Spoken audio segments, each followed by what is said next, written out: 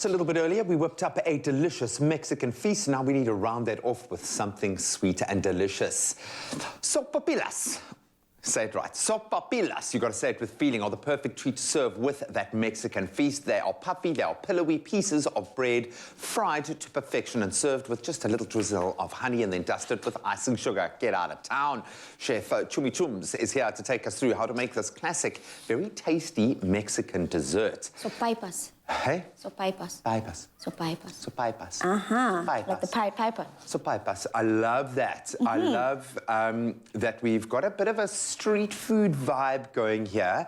And that, for me, the best way to explore another cuisine is start on the street, baby. Correct. Get into the food that the people love to eat the most. That's why we have street food. It's because this is what we crave, yeah? And doesn't it remind you of amaqueña? Yeah. And I love the fact that so many different foods that unite us around the world, we just call it differently. Like, for instance, in the French have beignets, Americans have donuts, the Spanish have sopapillas, we've got amaqueña. Amaqueña, I love it. It's literally almost the exact same thing. The only difference, if I was to maybe explain it, is that the beignets and amaqueña have a yeasty dough, whereas this and the donuts, the sopapillas and the donuts, have more of a flaky dough in terms of using baking powders and baking sodas versus the yeast. Okay. So it also means that it's a quicker dough to work with, you know. Quite a lot of butter going in there as well, yeah? Quite a lot, which makes it very enriched, very rich and very tasty. So I've just added in there some of our baking powder and some salt. Okay. And then I'm adding some room temperature butter into this, because what I want to do is I want to just basically work it in there so that it gets nice and soft and, you know, basically comes together, but we still have some flakiness from that still butter. Got a bit of texture to it. Okay, yeah. Cool. So if you've got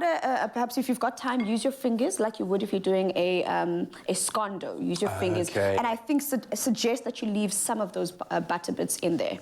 All right. Okay, why do we do that? What's the... Because you want to create that steam. As you put it in there, because we're going to roll it out, it's going to create little layers because the steam is in there caused by the butter melting, then leaves little pockets. So as you open it... Oh, it's going to be pillowy. Pillowy. I love the sound of that. All right, so this goes... I keep working this in. You're going to keep working and then I'm going to add in some warm water into this and then just work the dough until it gets to what you have right in front of you right there. Okay, I've got my beautiful little dough.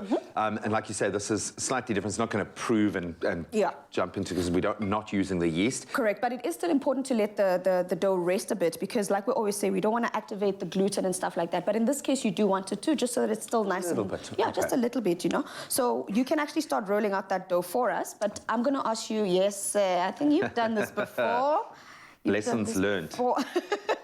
Yeah, no, we've had a couple of experiences, so we've seen a couple of things. So just roll it out into a nice little log, and then we're going to start cutting those babies up. Okay. And then we roll them out into however thick you want them.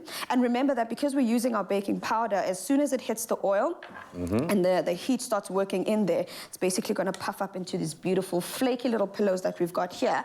And yes, we're not adding sugar to this mixture right here, because the sugar's going to come, or the sweetness is going to come from whatever we add on top. That honey or that syrup after the fact, and the sugar. Correct. So what am I going for here? Am I rolling it into a log, a flat piece? What do you... The rolling out into a log helps with you getting correct, similar portions. Okay. So it's really up to you. If you want to, you could do that and then cut the ends off, or just roll it and make it rustic. I mean, it can be... I always say about this is one of the fun parts, where you can get as excited as you want and cut it into weird little shapes, you know? It's a fun Friday afternoon. You can kind of get into it with the little ones. I love that. Dessert, you know? Okay. And because they're going to puff up, you also don't want to roll them too thick.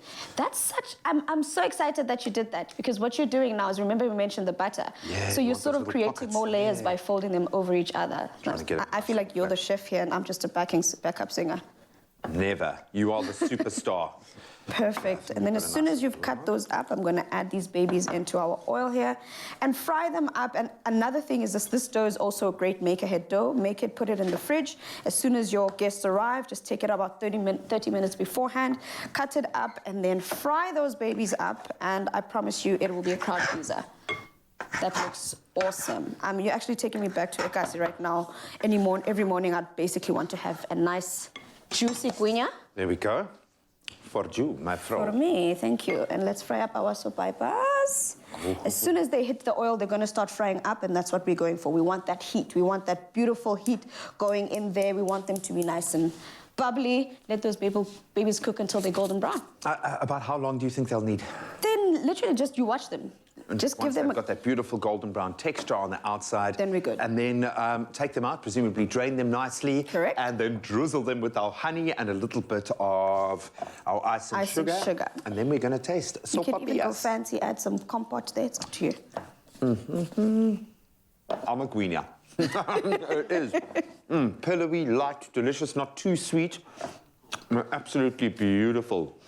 You will eat many of them. And I think you will eat many. Delicious. If you want to find this recipe, head straight to expressoshow.com. Oh, it's beautiful.